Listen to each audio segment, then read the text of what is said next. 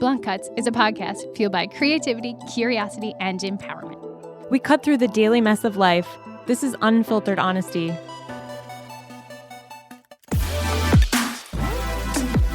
Park your passive at the door. This is Blunt Cuts. Welcome to Blunt Cuts. I'm CJ. Please welcome to the studio Kate Nelson, newly appointed editor-in-chief of Artful Living. Welcome, Kate. Thanks for having me. It's so awesome to have you here. And you were on a panel last fall with Blunt Cuts, and we talked about kind of the inside scoop on Minnesota fashion. And so excited that you are here to kind of share today about magazines and how to keep that voice alive and how to successfully run a magazine in this time of instant gratification and content. So welcome to Blunt Cuts. I'm happy to be here. We're so happy to have you. So before we get started talking about how to really make a magazine work in today's society, let's talk a little bit about you and your background and who you are, just in case people don't know who you are. Yeah, so I'm a lifelong Minnesotan. I grew up in a small farming community, and even then I knew that I wanted to be working in magazines. My older sister got me hooked on 17 and YM and came down to Minneapolis. YM. Remember Blast that? From the past. Young Miss, I think it stood for. So good. So came down to the U of M to go to the J school there, the journalism school, and then ultimately landed at Artful Living in 2010, and I've been there ever since. Wow, congratulations. And to stay at a magazine or in a media role for even that longevity of a time, it's 2019, that's a long time at one place. Well, and it's been really interesting to see how it's evolved over time, because we look back at some of the archives and things that we were, really proud of, and it's sort of like, oh, okay, that looks a tiny bit different than I remember it being, because our tastes and our sort of standards have definitely shifted over time, but it's really fun to be a part of that entire process. Awesome. So how did you start? For those listening that are wanting to get into media careers, and you said you had a journalism degree, but how did you start at Artful Living? Like where did you come in? What role? So I actually started as a freelancer, which, I think a lot of people are making that leap from maybe keeping their full-time jobs and doing some freelancing on the side to see if they maybe enjoy writing, photography, sort of pursuing some of those passions that they have, and then turning it into a full-time role, which is, sort of what I did. I was copy editing for some different magazines in town, and I just found myself gravitating more and more toward Artful Living. So, when it came time to step in house, I was ready to go. That's awesome. No, that's just cool to share the journey, because I think that a lot of people are like, okay, editor-in-chief, awesome, but how did you start and how did you get there? And it's obviously been a passion and a love and a lot of work to get to where you have within the magazine. So yeah, and I think you just, have to be willing to have conversations with people, take some leaps of faith, and, it'll work out if it's supposed to.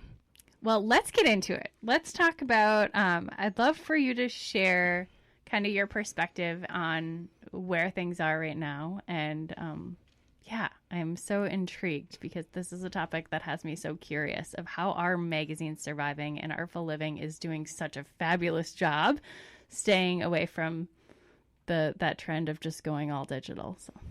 Well, it's a really interesting time to be in magazine publishing. Like you said, we have a lot of national titles that are going digital only.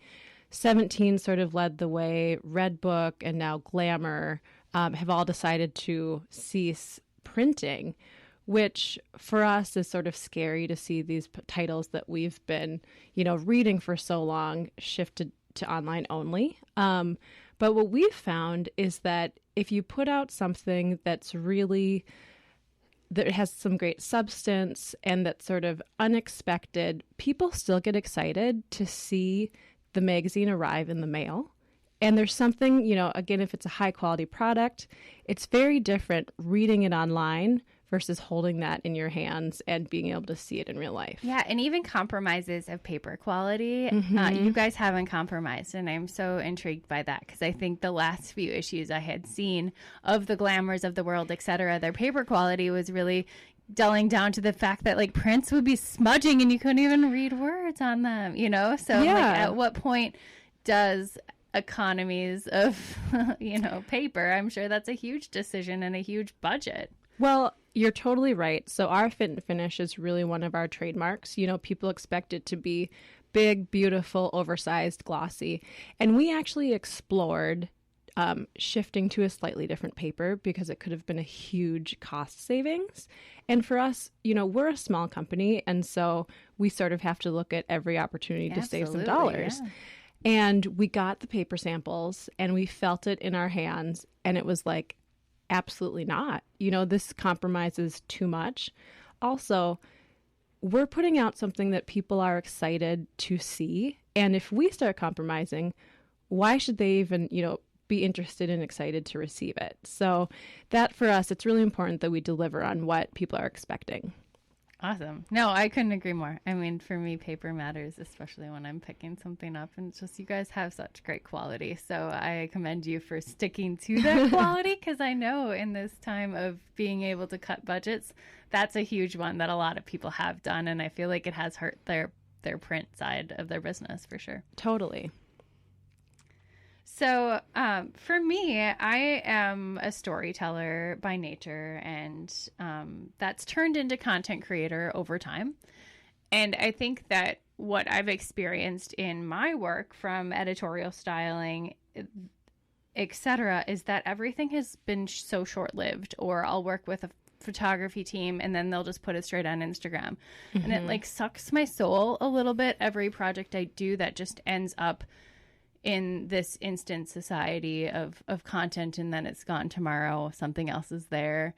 Even though I'm a consumer of that world and that side of content, and I love Instagram, and I love just seeing things, feeling them, and letting them go. Like I absolutely do love receiving content that way as well.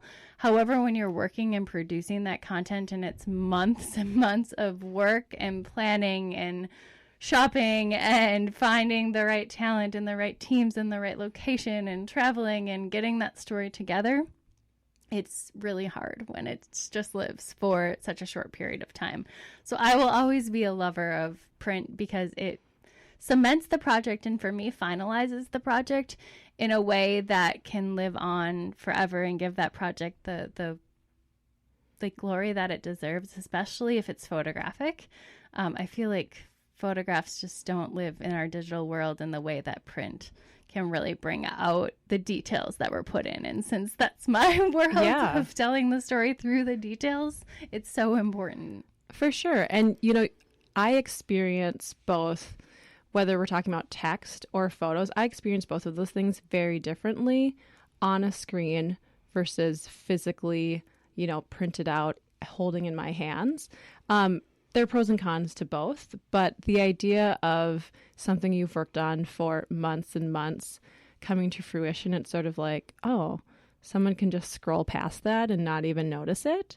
And so I think that's sort of the difference. Or it's like that, but did you really consume it as art? Because I made this as art. Did you see all of those details that I very purposefully, thoughtfully put in there? Or do you just sort of like the overall composition and it made you happy? Which there's nothing wrong with that. But I also think that there's something about print that lets you really soak it in differently. We're sort of, the online world encourages us to sort of look for like, what's next? So this was good. I liked it. Now I'm going to scroll through and, like the next thing, versus really stopping and I think processing something and soaking it in and seeing all of that hard work that went into it. And let it affect you, whatever that emotional reaction would be. And I know not every piece of content that I'm putting out into the world is like extremely emotion evoking. I hope that it all is, but I understand the reality is that yes, not everybody's going to understand the depth that goes into storytelling editorial concepts that have been developed by our teams. But I do think that there is that idea of when it's in print, you take a little bit more time.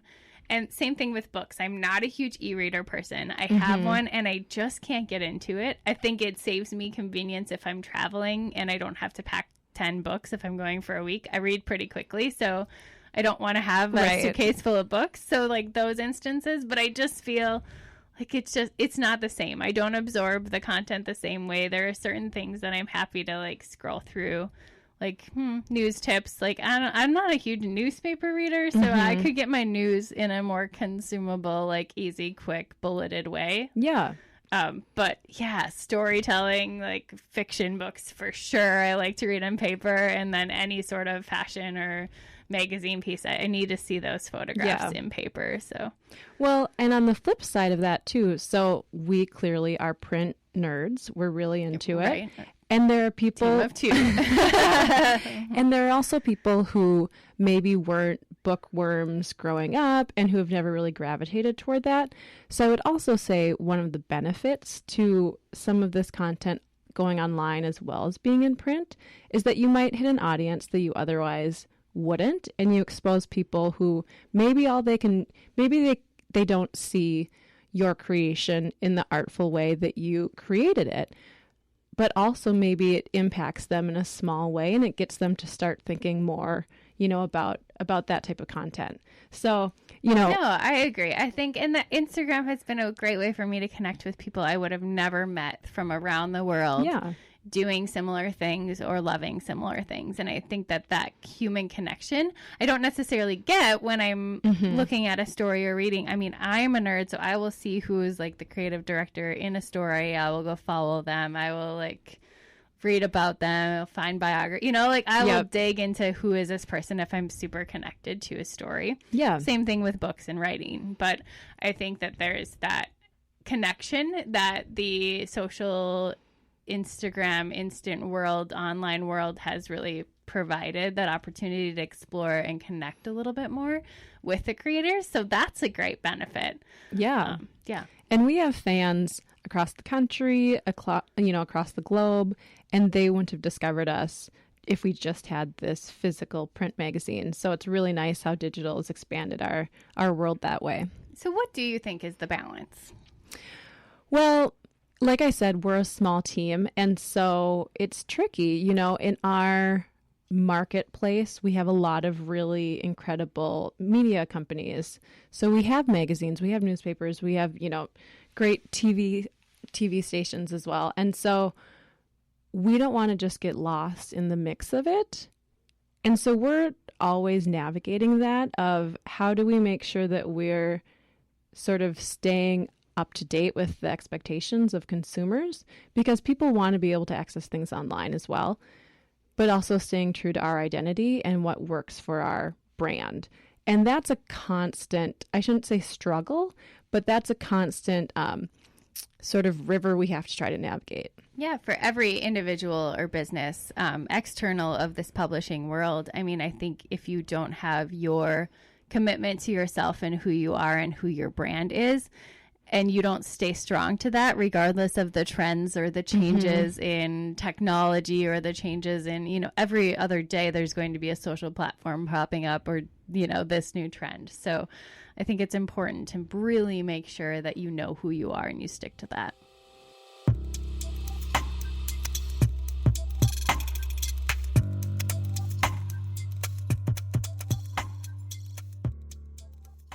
Share with our listeners a lesson that you've learned throughout this process. And, you guys are seeing you're still having great numbers. You're still thriving as a magazine. But what are lessons that people can apply to their own brands or businesses that will help them think the same way? One thing that's really been a key to our success is being our own brand. And that sounds really simple, but it's not. I personally, throughout a lot of my life, have felt pressure to sort of blend in and assimilate. I grew up in, like I said, a small town. And so, especially there, you want to look and feel exactly like everyone else. But it took me a really long time to realize that blending in does not lead to greatness. And we, in the past, sort of tried to determine which magazines we wanted to be like. Did we want to be like Town and Country? Did we want to be like Vanity Fair? And ultimately, we've decided that we want to be Artful Living. And so that means that, yes, we might have some similarities to, these other great titles, but we have our own identity, and we're sort of fearless and brave in pursuing that. That means that we get to try on different things that maybe other magazines wouldn't do. We might go after stories that other magazines might not, because it might ruffle some feathers or it might offend some sensibilities. And that sort of become one of our trademarks. Yeah, I think that's an incredible perspective. And obviously you're here on Blunt Cuts today. So definitely along our business model and our vision and mission as well. But I think I couldn't agree more. And as a young stylist, when I was starting and young art director, I was really pulling as much scrap as possible. What that means is just literally finding things on the internet or in magazines that I wanted to copy and kind of make better or apply to my scenario. I think what that does is it helps you learn. It helps you learn how to be able to create a concept, but you're really lifting from other people their creative vision. And I think that was helpful to a certain point for skills teaching. But then there came a pivot point in which if I'm going to creative direct and drive and art direct, I need to have originality, and I need to make sure that we are standing behind this brand and helping tell a story for this brand that maybe the world has never seen this brand do. In a lot of my work, at least, we're coming up with campaigns and things that are fresh and new.